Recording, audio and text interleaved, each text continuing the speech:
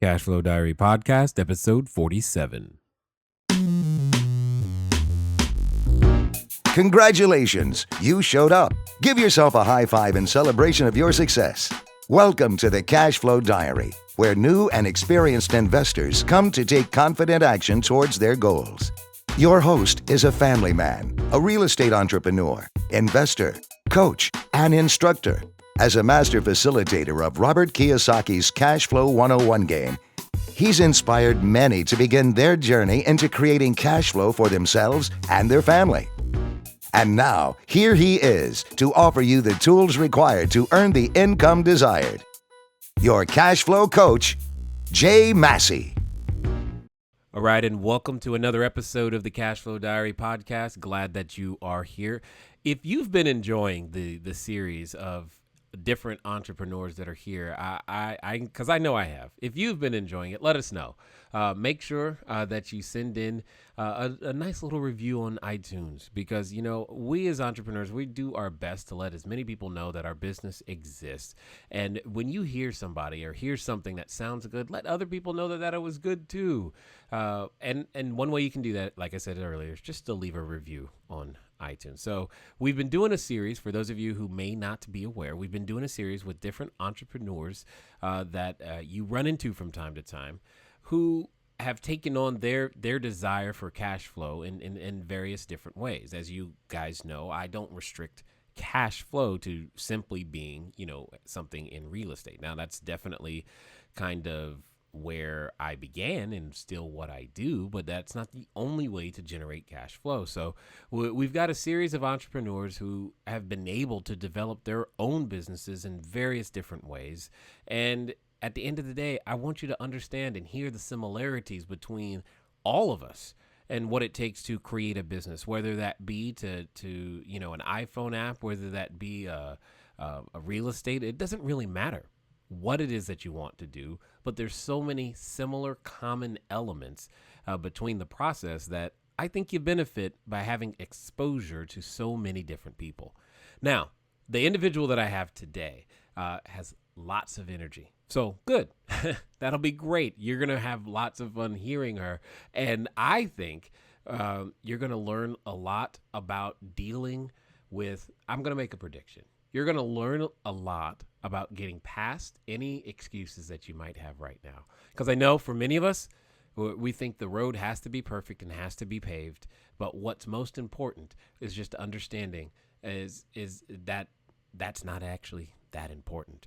Anyway, do me a favor. Make sure that you give your full time and attention right now to Miss Lakeshia Ekeigwe. She is a leadership development coach and consultant, and she's got more different things than she's done than I can even begin to try to sum up. But it's amazing that we were actually able to catch up with her. She's a very, very busy person. Lakeshia, welcome. Thank you, Jay. That was a nice introduction. I try. So you're a speaker, you're a writer, mentor, coach, and you do private consulting. It's amazing. You must work on a 26-hour clock, because mine only has 24. I'm trying to grab a complete picture. What is it that you do in your business and as you're helping, you know, businesses generate more cash flow? So let me start kind of at the base of that. Okay. I like to say if corporations are legal persons, I work with their heart, right? So I work at the heart of an organization, and I work to develop leaders, and not sort of in the traditional sense of thinking of having a leader sort of climb the corporate ladder, but I try to work to develop leaders into the best possible model for the organization, the best possible inspirer for the organization, the best possible guide for their teams. I believe that leadership is a partnership, and I think that's one of the biggest gifts that I give to my clients, is that I help them to understand that leadership is not sort of being ahead over people, but it's actually being in partnership with them. It is an sort of an unwritten and unstated partnership. If you didn't have people willing to be led by you, then there is no leadership, right? You're by yourself. So, and people agree to be led for a number of different reasons. Sometimes they agree to the leadership because they need a paycheck. Sometimes they agree to it because they need benefits. But whatever their reason for being in the organization, it's a willingness on their part to be led. So I like for them to look at leadership as a partnership first, and then start from that vantage point. So I hate the word manager as it relates to people, because I don't believe that you can actually manage another human being. I believe that you can manage systems and processes, but not people.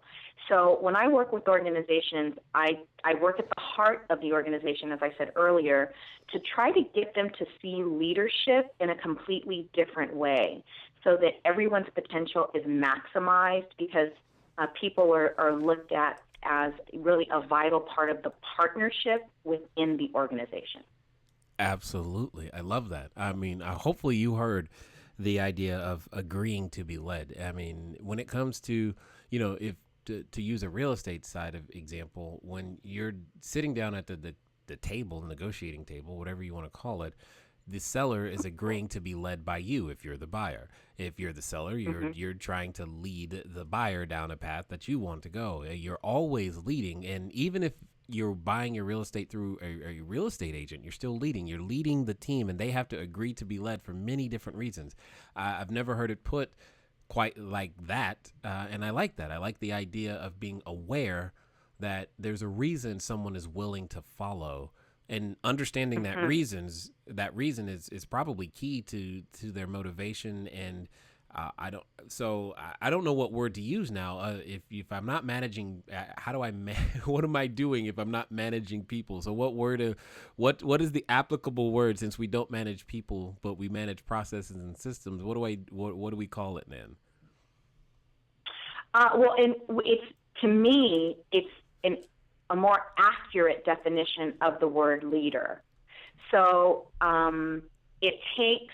I believe that not everyone climbing the corporate ladder should be in a leadership role, right? So some of those people should be managing systems and processes, and that's their role. And then others should be leaders. And there's a clear designation between the two paths in my mind. And so I think let's really call it what it is, because I'm sure you've probably, well, I shouldn't say I'm sure, I imagine you've worked for other people at some point in time in your life. Is that correct? Yes, boy, have I. Yeah. Okay, exactly. And so some people clearly were not leaders. They were not inspirational or aspirational. They did not seek to bring out the best in everyone who worked underneath them. And when you think of some of the world's great secular leaders, you think of, titans of industry, Lee Iacocca, or, Martin Luther King or Gandhi, or, JFK, just people who were able to mobilize people to serve a greater or bigger cause or mission. That's so much different than a manager telling you, this needs to go out looking like this, and we have to have consistency, A, B, and C. Don't think outside the box. Just do what I say, blah, blah, blah. Clearly, one is leadership and the other is not. So that's what I really get organizations to understand. Don't have people in key leadership positions that aren't leaders. However, they might be a great process manager. I mean, that might be their zone of genius. So put people who really are leaders in leadership roles, people who have a passion for people, and make those individuals your leaders. And people who have a passion for processes and systems, make those your managers or leaders of the departments that manage that kind of work. And so how it impacts their bottom line is that you have now a team that is willing to be led because now there's a different purpose for them within the organization, and that is they are contributors to something bigger than themselves. And actually studies have found that more than anything, more than more money or more time off or whatever, people want to feel like they are making a valuable contribution to their place of employment. That's what they want more than anything. There was a study, I don't have the statistic in front of me, but it was something like 67% of the individuals that were polled, that was actually their top priority and what they wanted more than anything else. That's amazing. I teach a concept known as investor identity. If you're hearing that for the first time, it's very similar to what she just said, is that many investors invest with you or you start your business for reasons other than just money. And some of those reasons, they play out in various different ways. But I like what you were mentioning when you said have everybody play in their zone of genius. I love the idea of a zone of genius. This is my zone. This is what I do. Because I often tell people that you should strive to structure your team such that everybody only does that which they do best and nothing else, so that no one's playing out of position, because otherwise it gets challenging to make stuff happen and it's so much more work. But when everybody's playing in the position that they're playing within their zone of genius, things are so much better, so much better. Well, and it takes the energy from struggle energy to flow energy, right? If you're struggling, I struggle myself with my own paperwork, right? Oh my God, yes. Okay, I mean, and most entrepreneurs are that way. It's like I want, tax season just makes me want to just sleep for a year. Like I just don't even want to get out of bed because of course now I've got to pull together, X, Y, and Z, and I've got to do this. So that's a struggle for me, and even hiring someone to train to be able to do what I need them to do, which I do have to do now. My business is at that level. There's no more avoiding it. But the idea of even pausing to train someone to do what I don't want to do is struggle energy for me. Whereas talking for a living is my zone of genius. Inspiring for a living is my zone of genius. It takes little to no effort for me to show up in that way because that's my area of strength. So I'm always in flow in that area of my work, but my struggle energy is always, my struggle areas are always a struggle because A, they're not my zone of genius, B, I hate doing it, and so I put it off, and then it becomes a bigger problem. So it's the same within your organization.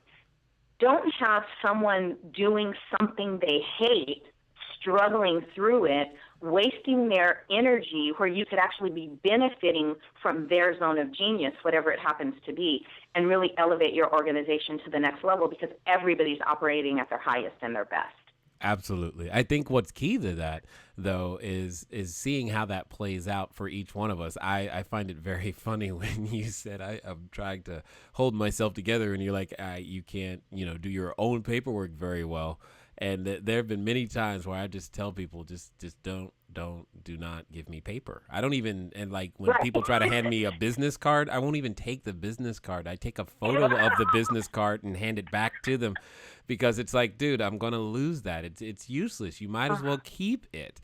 I don't know what happened, but when it comes to paper, I'm not the guy. And you're right. You got to place people in their own zone of genius, which is what I was just sitting here thinking about is, there are some, it's not just when you're building your organization, when you're building your company, it's not just about you being in your zone. You've got to be aware that other people have a zone. And then you got to take that extra step and realize that everybody has a zone and in some way, shape, or form, in order to make sure that you're getting the most out of their energy as well. Because once you begin to bring other people on board, you don't want them just doing everything you don't like doing just for the sake of you not liking to do it. Exactly. But this is I like the way you're encapsulating these concepts, because this is something every entrepreneur struggles through and with, especially when you just start. Now, you made a quick statement, and I don't know if others caught it, but you said that's just where my business are anymore, and I can't avoid it. And there have been so many things that I know myself have said, I'll get to it later. We don't need that now.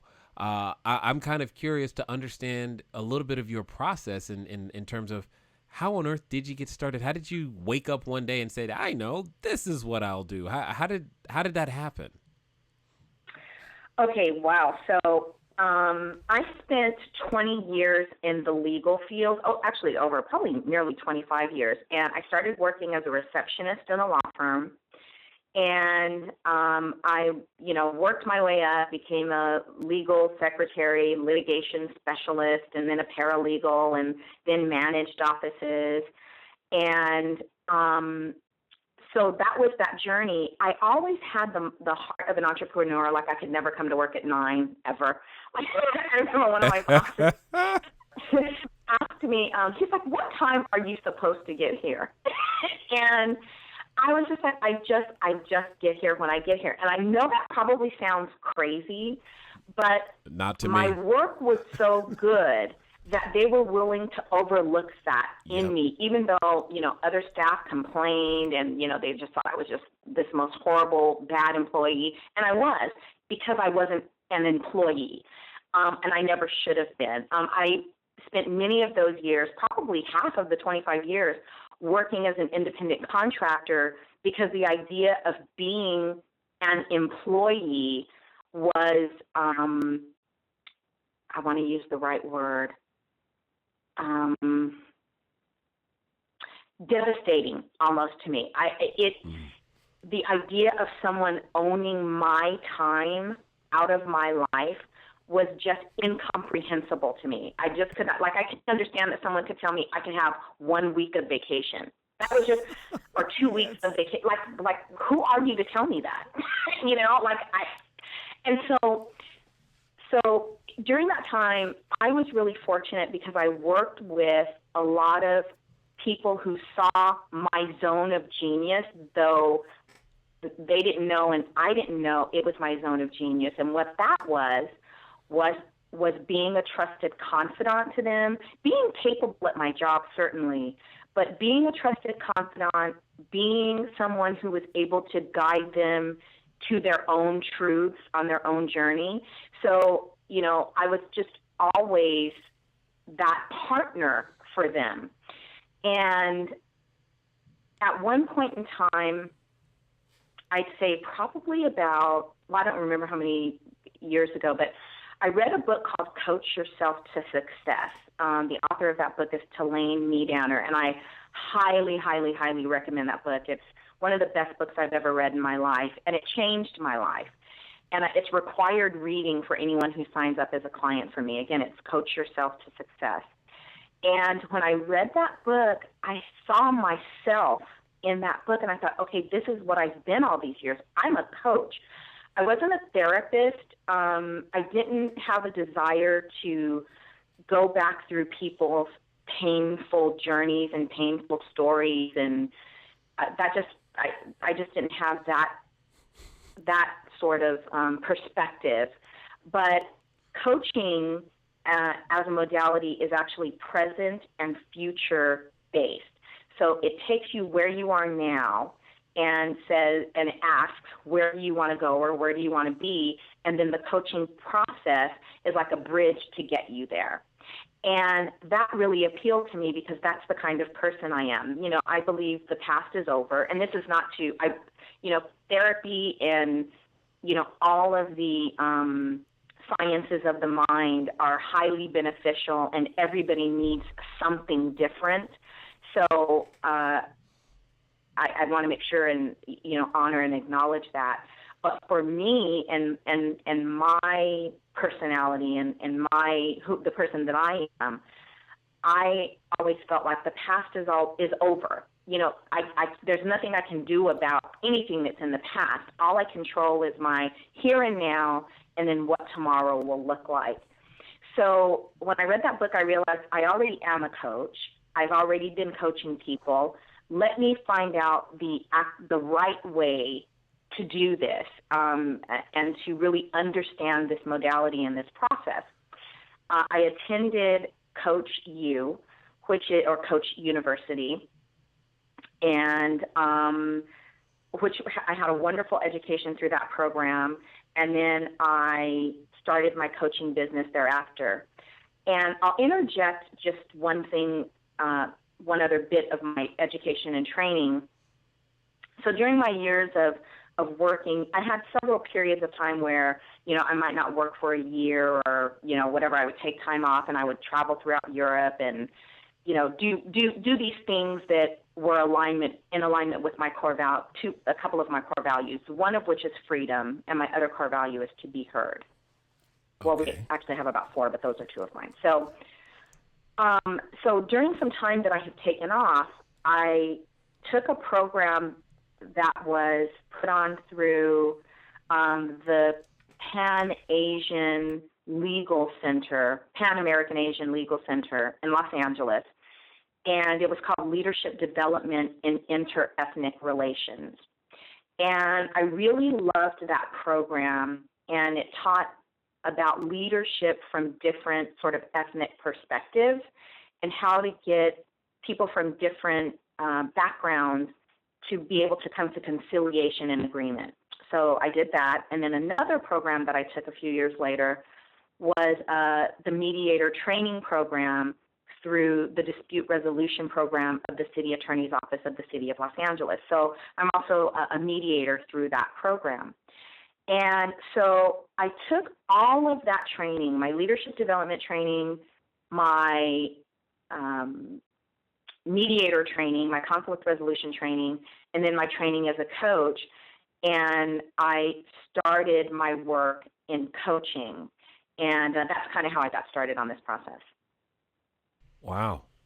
So it wasn't wake up one night and say, hey, here I go. Right. That's good. And that's the thing is there's an evolution to all of our businesses. For so many people, what you're thinking about right now may not be, and here's the key word. You started with what you knew you valued. I think many, if not all, entrepreneurs have at their core that freedom one for sure. Yeah, I agree. And without that one, you might as well just, be an employee, so to speak. Not that there's anything necessarily wrong with that, because entrepreneurs, i.e. provide jobs to employees. Right. It's just some people, like you said, aren't cut out to be one. It took me about 26 years of my life before I figured that out too, because I couldn't show up on time. I could never figure out that lunch was supposed to only be 1 hour. That was somehow very foreign to my my way of being. And I had the same, it's so funny. It sounds like I'm talking to the female version of myself, because I had the same stuff. I would do what took some people 8 hours to do. I got it done in 2. And I'm just like, what's the big deal that I got here 5 minutes late? We all know that I'm going to do more than everybody else here. Now, see, my problem was that I actually told people that. So yeah. It didn't go so well.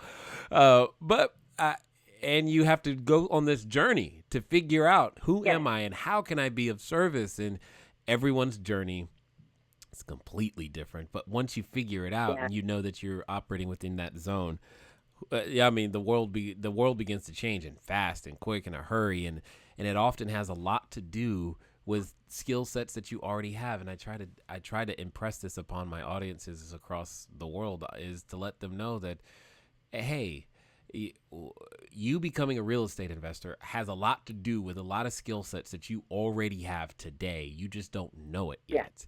And it's just amazing to me to hear it come from a completely different person, from a completely different perspective. I'm just excited. So I'm just curious if your entrepreneurial journey is anything like mine, where as in you start off excited, you keep going, and then you get hit with something and you're like, oh my God, what is this? I've never dealt with this before. But then you figure out a way to do it, and then you go up and you go down, and it's not a straight path to what you thought. Has yours been kind of similar? Absolutely. And this is so, I'm laughing at everything that you said. I got to go back to the 1 hour lunch thing too. When you said that, I would take 2 hour lunches. Like that was my lunch. I was like, 1 hour. I can't even get to where I need to go in an hour. So anyway, Exactly. But yes, exactly. So let me give you an example of what you just said about the journeys. So I co-authored my book, The Truth About Being Single, Learn to Reject the Lies, Become Honest with Yourself, and Never Settle Again, with one of my closest friends. And I was single at the time that the manuscript was completed. And we wrote it. It was a bit sort of cathartic. I was 36 years old, actually, when we finished the manuscript. I was single.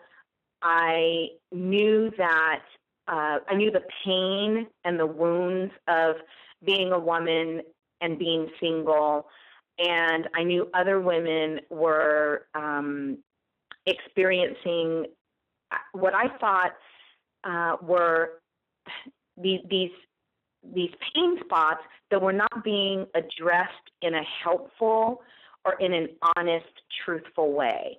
And so single women are sort of told these things all the time. Well, you get to do things that married women don't get to do, or you have the freedoms that mothers don't get to have, or, all these kinds of things. And I thought, I've traveled the world. I've had a lot of wonderful experiences, but those don't replace being a wife and a mother, which is what I always wanted and was part of the vision for my life. So, and you know what, and I'm not happy about that. I'm a happy person, but I'm not happy about that. And I have great self-esteem and extremely high confidence, but you know what, I don't like this. And I wanted to give women permission to say, I'm not happy about being single, but that doesn't mean I'm a happy, miserable person. Got it. And then I wanted to give them tips on ways to make sure that they kept themselves happy and joyful and full and centered while remaining on the journey to finding a mate, because it takes a happy, healthy, whole person to attract a happy, healthy, whole person. So, but it was okay to say that you didn't want to be single, and that was really, part of the biggest part of our message. So, as far as it related to my coaching business, I thought, I've got this book, we've been interviewed on the Huffington Post, we've been interviewed by MSNBC. I'm going to coach single women over the age of 35. That was my demographic. That was what made sense. And I did coach some single women over 35 on their journey. And then I coached some women who were under 35. And then I coached their friends would tell their married friends, I have this coach. You should really talk to her. She can help you with this, this, and this. And then it was like my business was comprised of half married women and half single women. Then it was actually more married women and less single women. And then many of those married women were leaders within their organizations, because at that age bracket, 35, 40, 45, now they have positions of authority within organizations.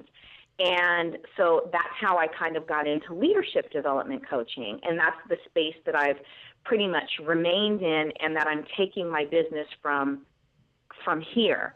So the journey has been really interesting, and my business looks amazingly different than I envisioned that it would look. But I remained open to the way my business was directing me.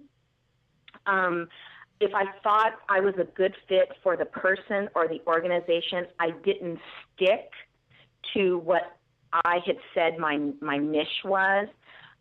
Whoever showed up, if I thought that they were a good fit and I could help them, I did. I worked with them. If I didn't, I passed. And so my business has become something very different than what I thought, but I'm enjoying it so much more. And I can clearly see that my entire journey actually led me to be exactly where I am. Oh man, so well said.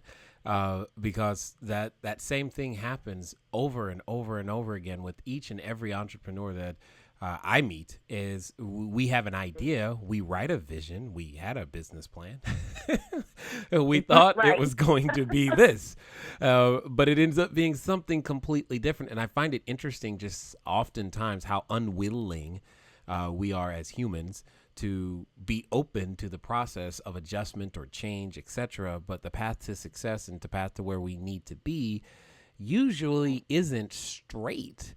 And as many of you know, No. you guys know that we started out technically homeless, credit scores of 398, had no money, medical issues. I couldn't walk and talk, and my wife was unable to eat or drink, period, and almost died a few times. That was the start of the career. I promise you, I wasn't thinking, hey, I know that Wow. what we'll end up with is the idea of, raising private capital and helping people and building international buildings and commercial stuff. That wasn't what I was thinking. You can hear the same thing in Lakeshia.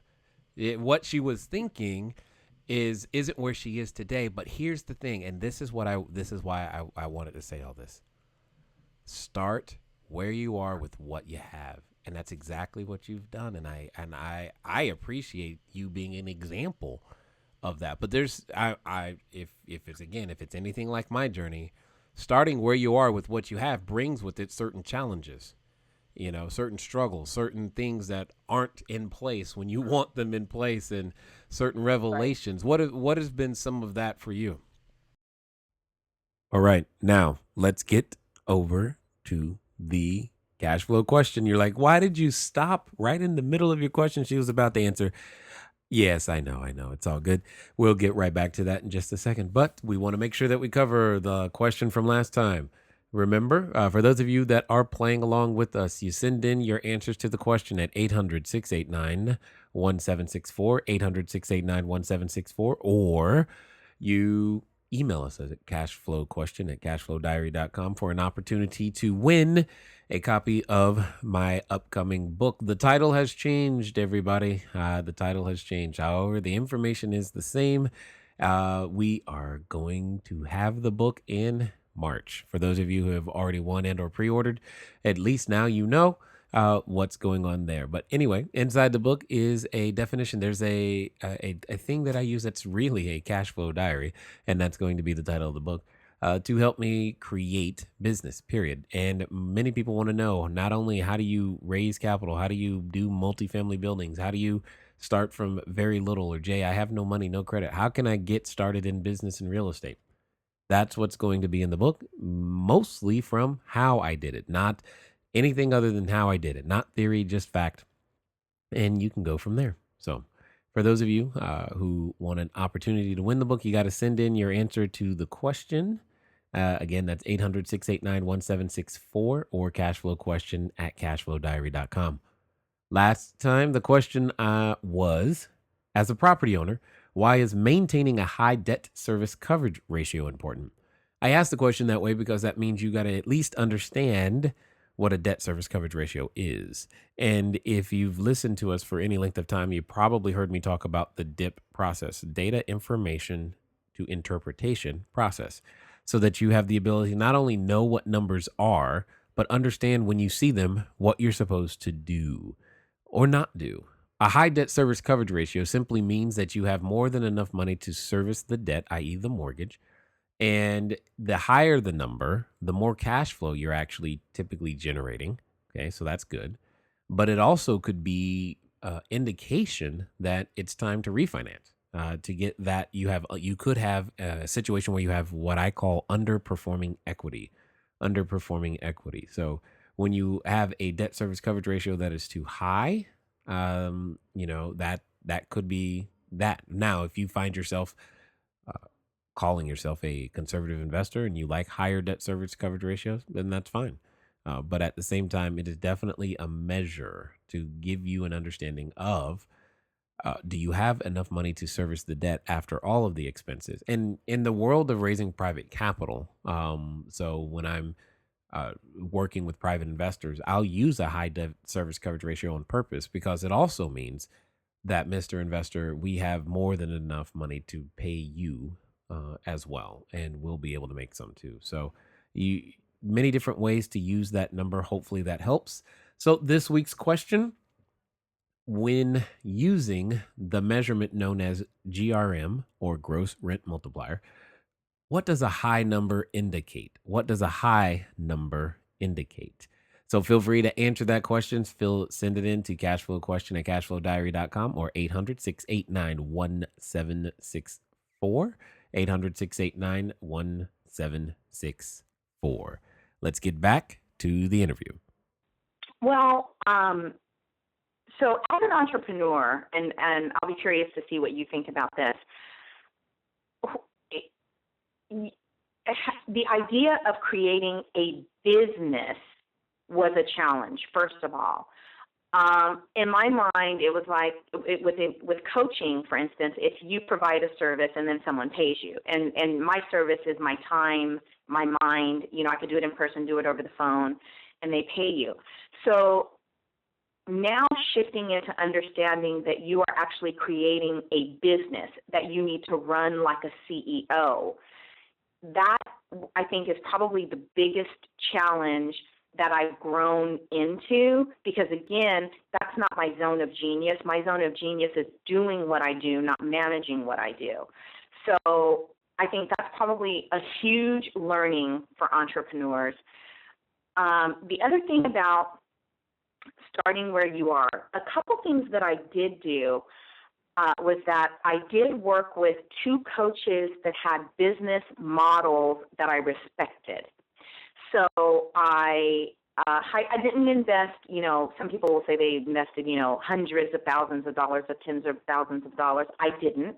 I think I invested a few $1,000s to work with business coaches to find out how they modeled their businesses and what software programs they used in their business, to find out what vendors they used in their businesses, to find out what maybe they learned the hard way, so that I could avoid some of the things that they learned. And those were helpful, and I highly recommend people do that. I also then still learn some things the hard way, so because everybody's going to, and so that's another thing. Don't think just because you do take these classes and courses or read these books that it's going to be easy. Being an entrepreneur is the hardest thing. I won't say the hardest thing you will ever do in your life, because there are lots of things that are harder, but it is a very, very hard thing to do. It is not for the faint of heart. Nope. You have to really be committed to your vision of you as an entrepreneur.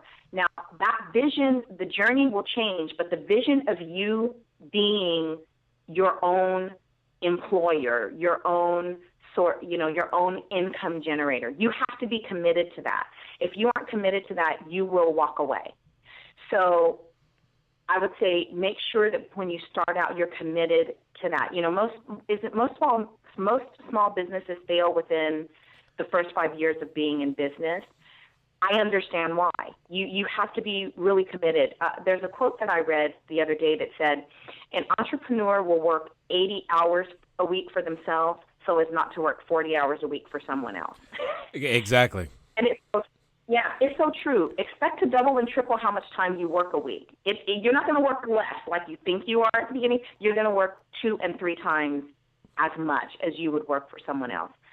So I would say that's something that you need to really be keenly aware of and willing to take on that challenge. With starting where you are, you may feel as an entrepreneur, you may feel a lot of pressure to have so many things in place. I've got to have a brand, I've got to have a tagline, I've got to have a color scheme and my fonts done, and I have to, just all the things. I have to have letterhead and a business card, and I have to have, blah, blah, blah, all these things. The only thing I would tell you that you need to start any kind of business you want to have right now is whatever the tax requirements are in the area you live in, if you need to have a business license or a federal tax ID number, if you're not going to use your Social Security number, find out what you need tax-wise, because you don't want to have any, misunderstandings with the IRS. Been there, done that already. So you've got to do that. That's Right. one thing you do have to do. And the other thing, and what I think is the most important thing, is your existing network. Those are the only two things you really need to have. Don't worry about having a logo. Don't worry about having a brand. Don't worry about having a website. Don't worry about these things. I am in the process of up-leveling my business. So right now, everything about my business was oriented about my book. So my business name is actually a version of The Truth About Being Single. However, working with leadership development, I work with, men, women, married, single, divorced. I work with everything. So The Truth About Being Single isn't an effective business online presence for the leadership development business that my business has organically grown into. So I have my website for the book, which is thetruthaboutbeingsingle.com, but my business is really Lakeshia Ekeigwe, period. And it's Lakeshia Ekeigwe Coaching and Consulting, essentially. So where I have that online presence right now is LinkedIn. And at the moment, I'm using LinkedIn as my free website for my leadership development consulting business. Whenever anyone asks me, do I have a website, I ask them to connect with me on LinkedIn. It has a bio. It talks about some of my, honors and awards that I've received. It talks about organizations that I'm a member of. It has recommendations of people who have worked with me. In a snapshot, it has everything that I would want somebody to know about me on a quick overview, while I am figuring out what I want my online presence to look like in terms of a website for myself. And I'm going to take it up a notch. I'm going to be working with, sort of higher level web developers and also perhaps even a PR team. In this interim space, though, LinkedIn is my website. And guess what? It's mobile optimized. No doubt, right? no doubt, right? It's already done. I love it. And there are I want to say, aren't there 65 million people on LinkedIn or something like that? Probably more, but who knows? You're right. No, man, there's so much in what you just said. I mean, from just understanding, many people, they may look and think that, I was born knowing how to even interview people or talk on a microphone or all that stuff. I didn't stop and take classes to learn all that stuff before it was necessary. None of this stuff was there. For about 5-6 years, I didn't have a website either. I just went and word of mouth spread and people said, hey, this guy can help you use your retirement plan, invest, what, blah, blah, blah. And he buys buildings and all this other stuff. And it's just so funny to me how similar, even though we're serving completely different people with completely different products and services, the path, the process, I hope you guys are hearing just how similar it is. And you start where you are with what you have. It doesn't really matter. I think you'll find this funny, Lakeshia. I often use an example where when people, come to me and saying, well, I need all these things before I actually get started.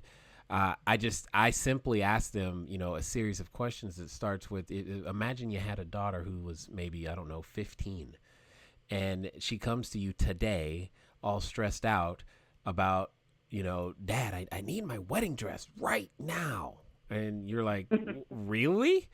Why? Because there's a whole list of things that should have happened well before she needs that wedding dress. And it's just amazing how knotted up we get. And what's interesting, and I think this is the sad thing, that is what prevents most entrepreneurs from even starting, is that they're not willing to do what you did. They're not willing to just start with what you have. We're too caught up thinking, oh man, if all I have is a profile on LinkedIn, what's going to happen? And I don't know how to tell people. I'm like, look, I have raised millions of dollars and done tens of millions of dollars worth of real estate from a Facebook profile. And I believe you. Seriously, the other thing, I got to add a third thing to the most important thing. What's that? And really pay attention to this, people. Have a way for people to pay you. That's the other most important thing. That is so funny. You're right. I had to learn how to even. Oh, you got to pay me. Who do I make the check out to? Good question. I'll be right back. I mean, where does it? I don't know. We're not born knowing these things. You learn them, and that's right. so awesome. That is so awesome. So, I guess then I'm just kind of curious. Can you tell? I believe you. It's just you seem to have a passion for working with women, and now that it's just grown, so I'm assuming you're okay with working with guys too. When it comes to your perfect idea of what it is that the solutions that you provide and how you help people, who is that perfect person that you help? So I would say, yes, I work with actually quite a few men now that are leaders within their organizations. So the perfect person for me to work with is someone who is a leader of an organization that wants to have the organization be one of flow, of maximum flow and minimal struggle and minimal conflict. And someone who's really willing to take their organization to a place where everyone can feel like they are an essential part of the success of the organization. Some leaders are very egomaniacal. Some business owners, their business is a reflection of them. They don't want anyone to look as intelligent as they are. They don't want for anyone to look. They don't want to be in competition with anyone within their organization. So they want the claim to fame for the success. That's not my ideal client. My ideal client wants to have a successful organization that's built by a team that is essentially conflict-free and is cohesive and collaborative. And so I will work within that organization to help them accomplish that. So that's really who my ideal client is. Got it. And I love that concept that of who your ideal client is, and here's why. I've often told people that I strive to be the dumbest person in the room. Period. That's my goal. Mm-hmm.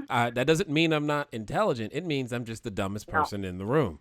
And my team knows more in their specific area than I do. And at any time I'm the one that knows the most, we have a problem. And and I just don't ever want that to happen. And I think that's perfect for you. So I'm actually kind of curious now. Would you say someone is listening and they're thinking about, they're going, yeah, I resonate. I don't want to I want 2-hour lunches, and I want to be 5 minutes late to work and not feel made to feel guilty. And one thing that really got under my skin one day is that my oldest daughter got sick in school. They called me at school or at work, and they made it seem like I was doing something illegal just to go pick up my own kid. I'm like, dude, leave me alone. I'm going to go pick up my own kid. And that stuff was just so frustrating to me, to the point to where, you get to this place where you have to do something about it. And you can't. And yeah, I got to the place where I was so mad. All I was really mad all the time. And it was like, either you're going to sit there and stay angry, or you're actually going to do something about it. Because if all you're going to do is sit there and complain, you're going to end up being like everybody else. So you don't want to do that. And what I find, what I'm asking is, would you work with someone who is, say, brand new in business in any way, shape, or form?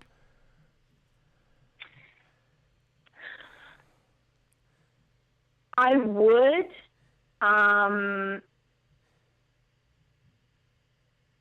It I would it would depend on what they were looking for. My how my expertise would complement what they're looking for. So if they wanted to know, how I would, if I were them, where I would start Right. in business, sure, I would do that. In fact, I would be happy to do that. I actually have a coaching program that I created called the Confident Mediator Mentor Program, where I mentor mediators to starting their own mediation businesses, which is actually going to be a booming field in the next few years because of what's happening within the court systems. A lot of the courts are shutting down because the city governments don't have the money to keep them open 5 days a week and full dockets on the court's ledgers. It's just not possible. So yeah, that's something I would do. Yeah. Got it. I was going to follow that, but I'll leave it at that. Yeah, well, because here's, I'm thinking, and again, I'm just doing what I do, is that if I'm listening to you, one of the things I want to do is I want to build my team right from the beginning. I want to go in with the right, mindset, and if that's going to cost me an hour or two of your time just to make sure that I'm going in the right direction to begin with, I think it makes sense for me, and I'm kind of wishing I had a Lakeshia by my side, a few years ago when I got started. There might have been a few things I could have avoided, but it's all good, and it's just all these little things are things that there are just so many extra details. Because one thing that you said that I think is beyond truthful is that being an entrepreneur is by far one of the most challenging things.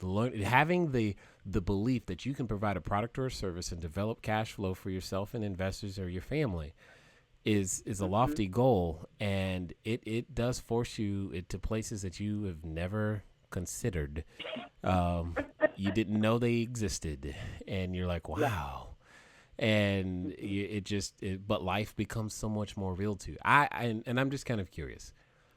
I tell people all the time, I feel more alive than I've ever felt in my entire life. And I think it's because I'm so engaged in everything that goes on. And because as an entrepreneur, you have to be. What would you say? Would you feel very similarly? I'm just kind of curious. No, I absolutely agree with that. You don't have time for mundane activities anymore. There's just no time for it. And there's no time for people who waste your time. There's just no time for that.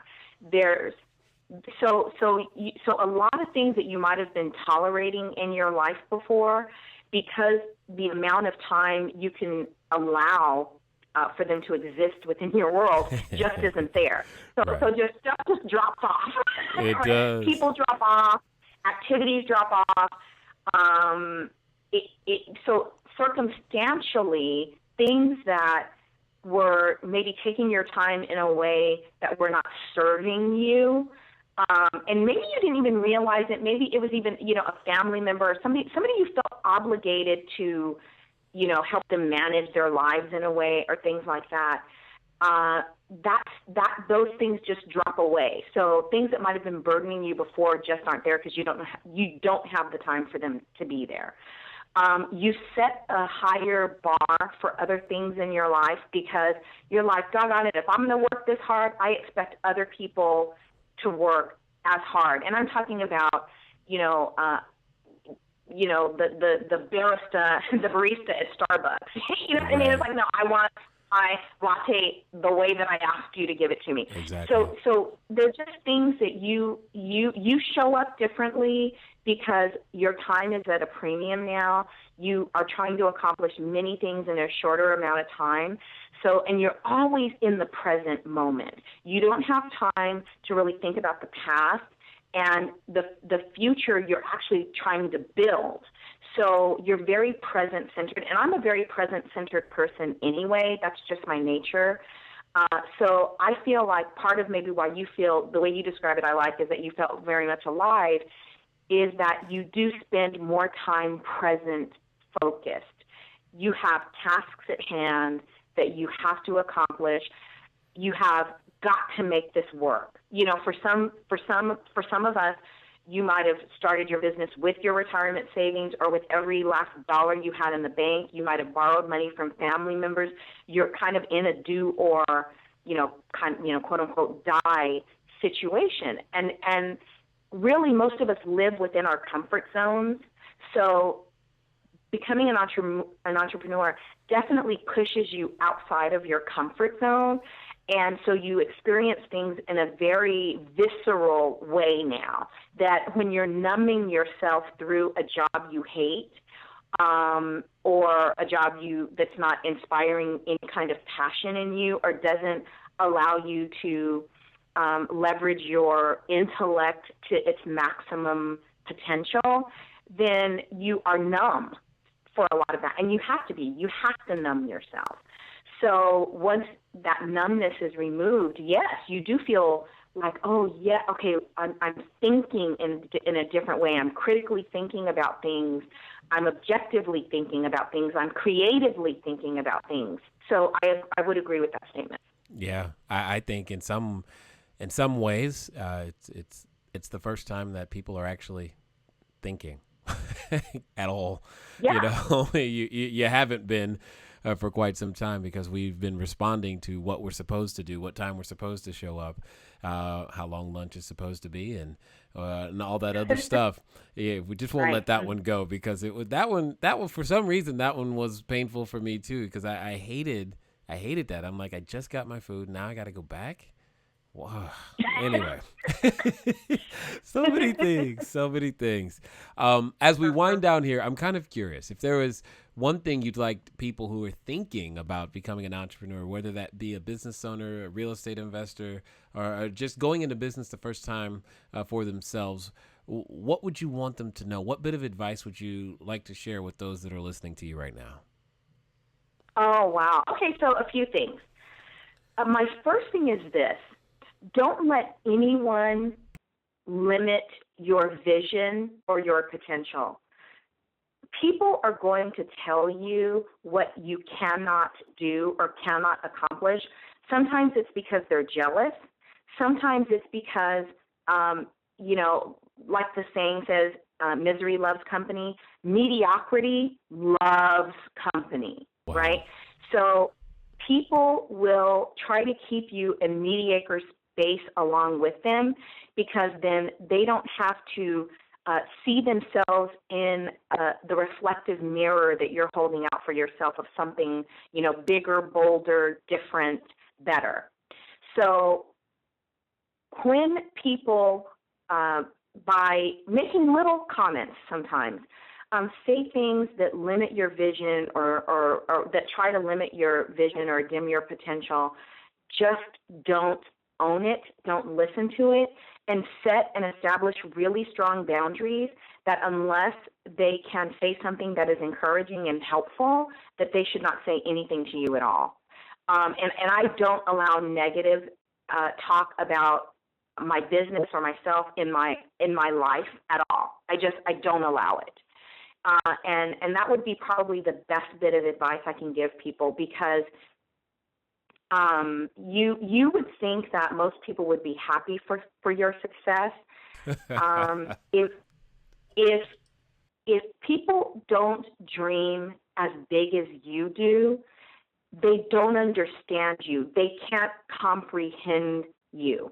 So you are asking someone to come along on a journey with you that they don't have the mindset or the bandwidth to even be on with you. They it's. I wish I had a good analogy for that. I'll have to come up with one at some point. But they just can't. They cannot do it. They don't have the same vision. So don't invite people along for the journey who shouldn't be on it with you. They will weigh you down. They will discourage you.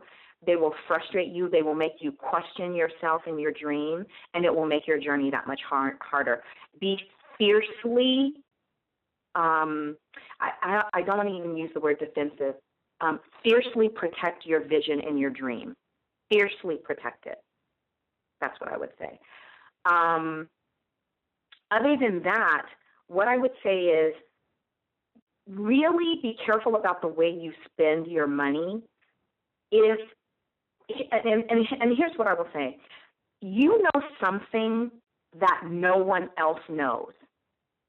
Your journey and your experience is unique to you. And there is value in that. One of the coaches that I worked with used to say there's gold in your story. So understand that people will pay you for the nugget of gold that is in your story that is a solution to a problem that they face. And someone is looking for your knowledge set and your expertise right now. You know right now something that someone needs to know. And someone will pay you for that. And you don't need a flashy website, and you don't need a logo that spins and glows and has music behind it. You don't need all of that. All you need to do is to be connected with that person who needs what you have. So stay connected to your network. Let everyone in your network know what you are getting ready to do or what you are already doing. And then ask them to refer anyone to you that they know might need your product, your service, etc. Ask them for it. Chances are they've asked you for a favor or two in the past, or you've done something for them, and I think it's totally appropriate to do that. But your already existing network needs to know what you're doing, so let them know. Start where you are, right? Before you try to pay people to, for referrals or emails or anything like that, just start where you are in your existing network. So be careful how you spend money. Don't spend it on things that you don't need. And this, I guess, is the final thing I would say. Don't try to recreate someone else's business. Be focused on creating your own business that represents who you are, the best of who you are as an individual. There's enough market share for everybody out there. Apple and Microsoft and Samsung, they're all out there, and we all have one of the three in our home somehow, somewhere, right? Exactly. Some of us have three of the three. Yeah, right. So you know what I'm saying? So don't try to recreate what somebody else has. Just be yourself, be your own business, and be focused on attracting business to you instead of hard selling yourself. If you feel like you have to hard sell yourself, then chances are the person that you're trying to hard sell to is not the best client for you, and it's probably going to be a struggle energy relationship. But where you have a connection where you say what you have to say, that person connects to you, they hear you, it resonates with them, that's your ideal client. And that's who you should spend your energy on, not trying to convince someone to do business with you, but attract the people who will synergetically be a right fit for you. I think probably those would be the best bits of advice I could give. That's amazing. It's just, at some point, people are going to wonder if you and I are related, because we have said almost the same things over and over again, and it's just amazing. I definitely just want to make sure that I say I thank you for taking the time and depositing that time right here with our listeners so that we can all benefit. I mean, I've learned new things like up-leveling. That's going to be a term that I think you guys are going to hear from now on, because I kind of like it. And just understanding that each of us have a zone of genius, and that we can play within it and create a solution. And all of us have nuggets of wisdom within our golden story. So, Lakeshia, I am definitely glad that you, as I said, took the time to be here. If you want to catch up with Lakeshia, you know that you need to catch her on LinkedIn. And I will spell the name just in case so that you know it. It's Lakeshia. And then the last name is Ekeigwe. How'd I do? You did just great. Perfect. Thank you for being here. And it's been wonderful learning more about you and talking about you. Please keep going out there, changing more lives. Thank you for having me. I really appreciate your energy and what you're doing with your show. Please keep it up. It's refreshing, and entrepreneurs need this kind of support. It was my pleasure to share any anything that anyone was able to take, it was my pleasure to share. And thank you for having me. Awesome. We'll talk to you guys soon. Bye-bye.